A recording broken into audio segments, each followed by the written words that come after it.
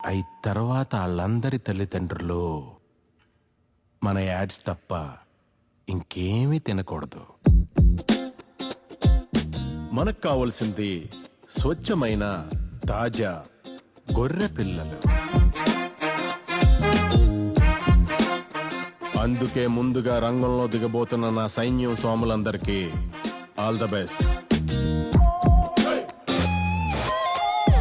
ఒక పేరెంట్తో కూర్చుని మాట్లాడుతున్నప్పుడు మీరు కట్టాల్సింది క్వార్టర్సో రెసిడెన్షియల్ టవర్సో కాదు, గాలిలో మేడలు.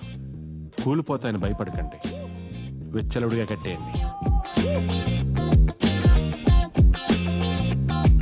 సార్, మనం ఎంత చెప్పినా కొంతమంది పేరెంట్స్ మనం పెట్టిన ఫీ స్ట్రక్చర్ ఎఫర్ట్ చేయలేరు కదా సార్. Good question. మన ఎలిజిబిలిటీ టెస్ట్ పాస్ అవ్వాలంటే మినిమం ఇంట్లో సోఫా టీవీ ఉండేలా చూసుకోండి. అంతేగాని మీరు వెళ్ళగానే రండి సార్